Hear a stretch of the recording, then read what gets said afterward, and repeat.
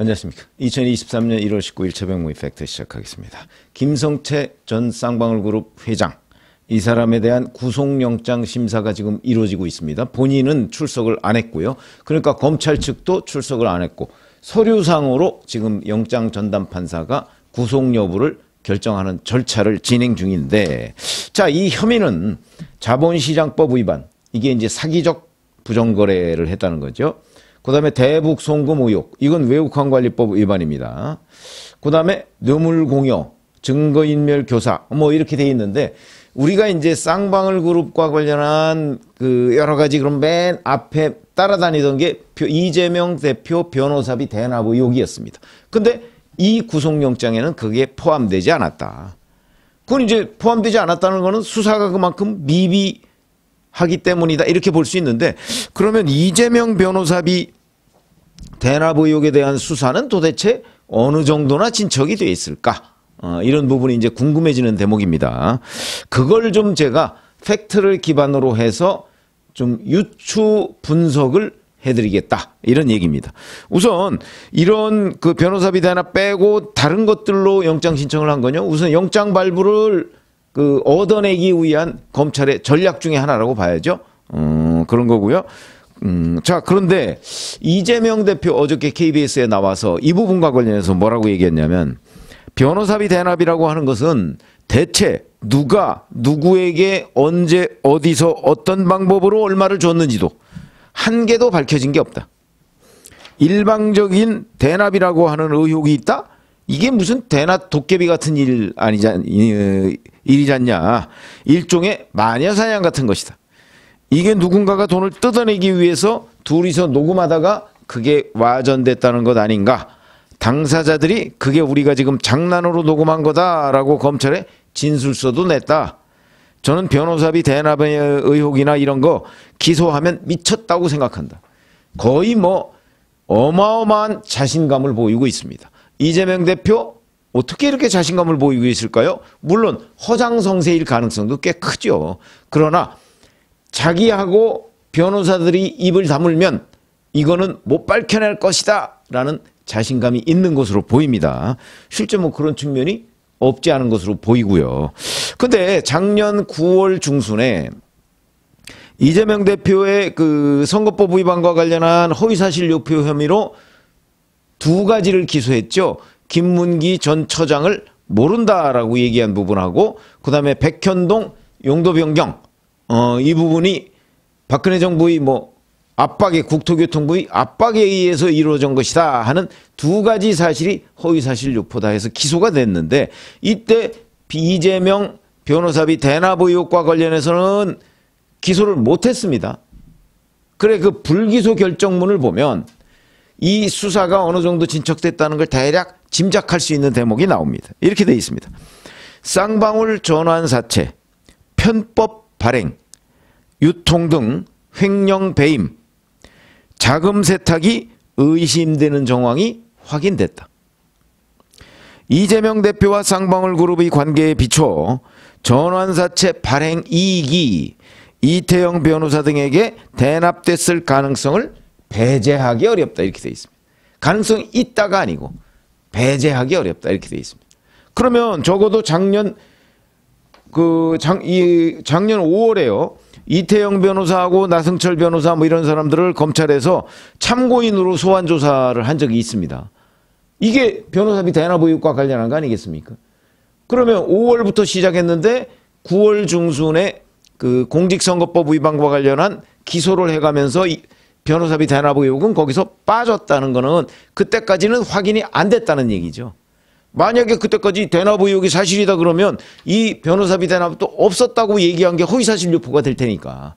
근데 그렇게 못한 것으로 봐서는 적어도 작년 9월까지는 확인하지 못했다, 이런 얘기가 되는 것이고, 자, 그러니까 4개월 동안 조사했는데 확인 못했다, 이런 게 되는 거죠.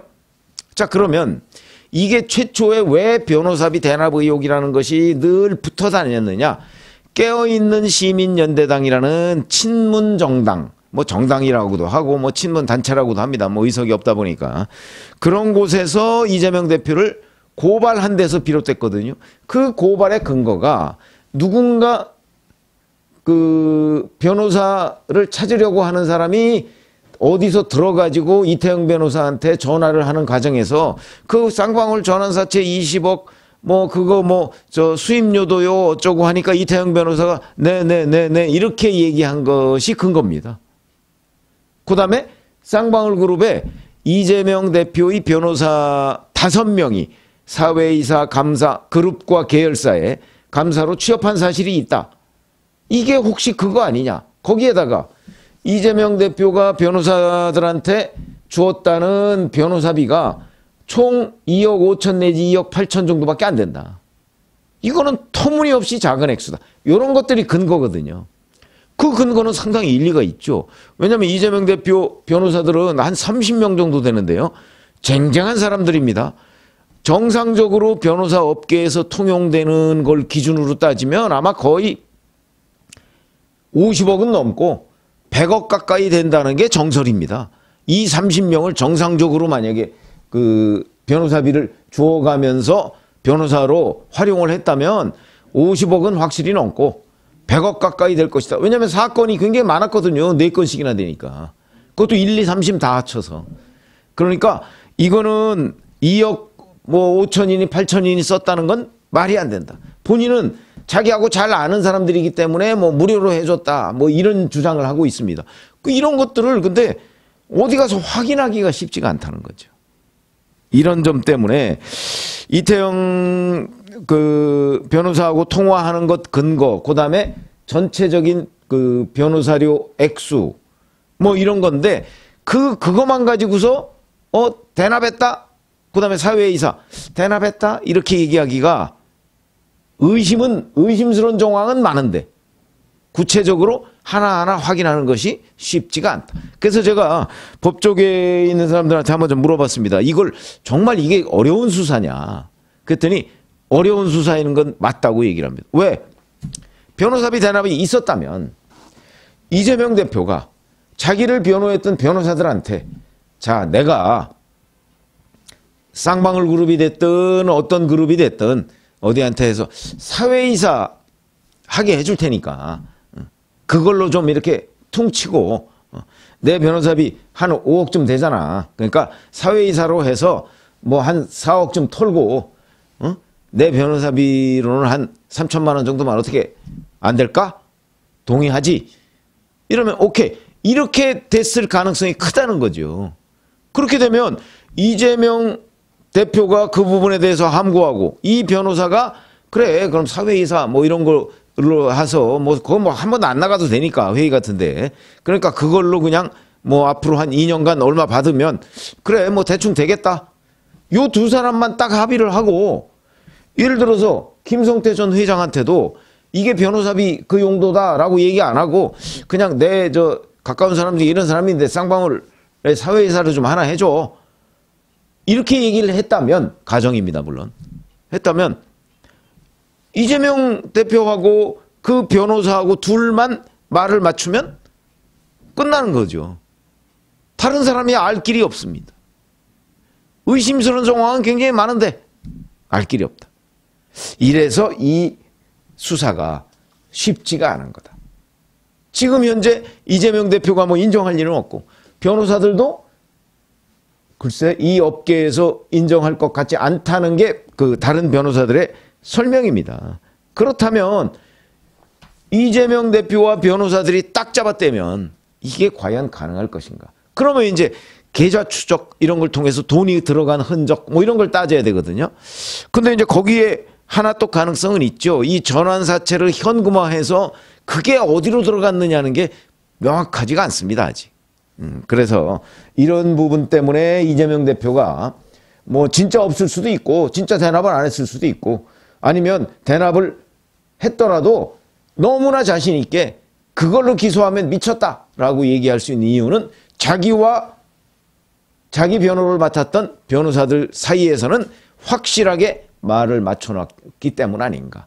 이렇게 지금 분석이 되고요. 그러니까 지금 수원지검에서도 늘 배제하기 어렵다 이렇게 조심스럽게 나가고 있고 이번에 김성태 전 회장 구속영장에도 이 부분을 언급할 수가 없었던 거는 작년 9월 이후에 물론 김성태 전 회장이 뭐 해외 도피한 것도 있지만 제대로 수사를 진척시키지 못한 것 아닌가. 이런 생각이 들고요. 자, 어차피 이제 이번 이 뭐 배임 횡령 등등으로 김성태 전 회장 구속시켜 놓고 그다음에 추가로 이제 변호사비 대납 의혹 부분을 이제 수사를 할 텐데 쉽지가 않은 것이다. 그래서 뭐 늘 쌍방울 그룹 그럼 뭐 이재명 대표 변호사비 대납 의혹에 연루된 뭐 이렇게 표현을 하지만 실질적으로 그게 확인될지 안 될지 누구도 장담할 수가 없다. 이런 부분은 이제 명확한 팩트고요.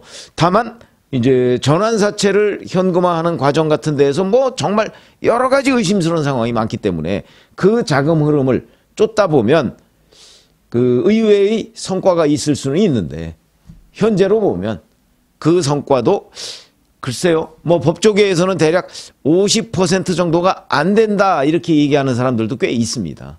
그러니까 이 변호사비 대납 의혹과 관련한 검찰의 수사는 우리가 뭐 너무 큰 기대를 하는 것은 좀 현실적으로 어렵지 않나 하는 게 이제 제가 법조계에 이렇게 물어본 그런 결론이고요. 그러나 뭐 이제 그 전환사채 이 부분을 추적하다 보면 대어를 낚을 수도 있겠다.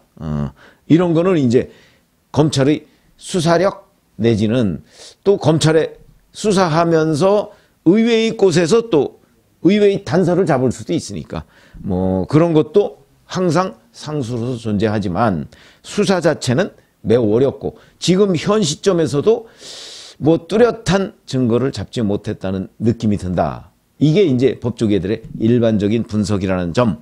그래서 김성태 전 회장의 이 구속영장에 쓸 수가 없었다. 이렇게 저는 분석을 하고 있습니다. 고맙습니다.